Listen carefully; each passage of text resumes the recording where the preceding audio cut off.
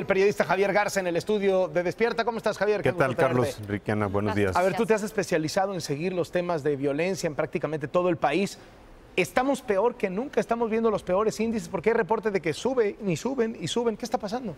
Llevamos pues ya prácticamente un año con índices y sobre todo medidos en homicidios con índices a la alza, en alza constante, al grado de que ya llegamos en 2017 a los índices más altos desde que se empezaron a medir hace justo 20 años, en 1997. Lo que llama la atención es cómo estas advertencias se han ido sin atender, o sin atender por lo menos de manera sistemática, porque lo que estamos viendo es que se está moviendo el mapa de la violencia y lugares que no estaban en el mapa de repente entran. Tabasco, por ejemplo, lo vimos ayer. Colima, por ejemplo, entra en los estados... Colima está medalla de oro, más ¿no? violentos, exacto. En el índice de paz, por ejemplo, más reciente, Guanajuato, ¿no? Entre los estados con más violencia. Querétaro, que ya está empezando a acusar signos. Guanajuato y Querétaro son estados que me llaman mucho la atención, porque lo vemos en la última encuesta de seguridad urbana del INEGI que salió hace unos días. Ya estamos hablando ahí de una población en donde hay niveles de 70 y pico % que se siente insegura en sus ciudades. Y lugares como la ciudad de Querétaro y como la zona de León, que solían ser como santuarios, ¿no? Exacto, y que eran considerados hasta como modelos. Hace 5 años, cuando empezó el actual sexenio, y los problemas estaban más concentrados en Ciudad Juárez, en Monterrey, en la comarca lagunera, Guerrero. en Tijuana, bueno, en Guerrero continúa. Pero en muchas ciudades se veía como a Querétaro, por ejemplo, como modelo, a León como modelo, como una ciudad en donde había tranquilidad, en donde había paz, y de repente resulta que 5 años después se volteó la tortilla. Oye, y al revés, ¿han habido ciudades que estaban violentas y ya no lo están?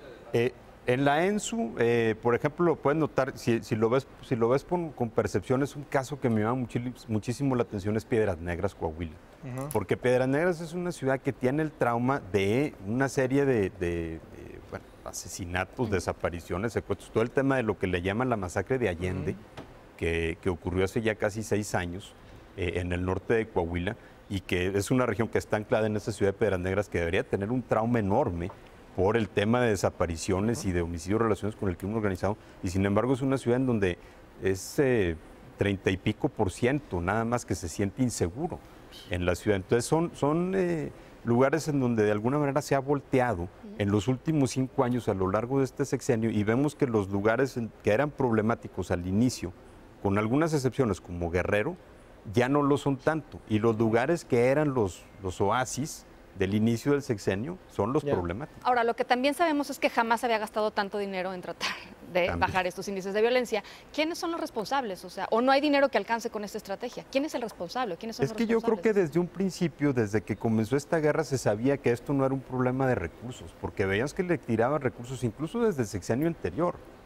O sea, vamos, ¿cuánto el aumento de la Policía Federal de una corporación pues, más o menos pequeña a una corporación de 30 y pico mil elementos se dio durante el sexenio de Felipe Calderón?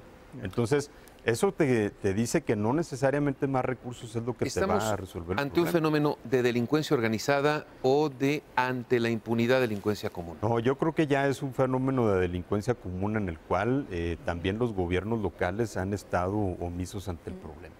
Y no han aprendido sobre todo, vamos a estados otra vez como Guanajuato, como Colima, como Querétaro, Baja California Sur, por ejemplo, que también se coló en los estados más violentos en el índice de paz.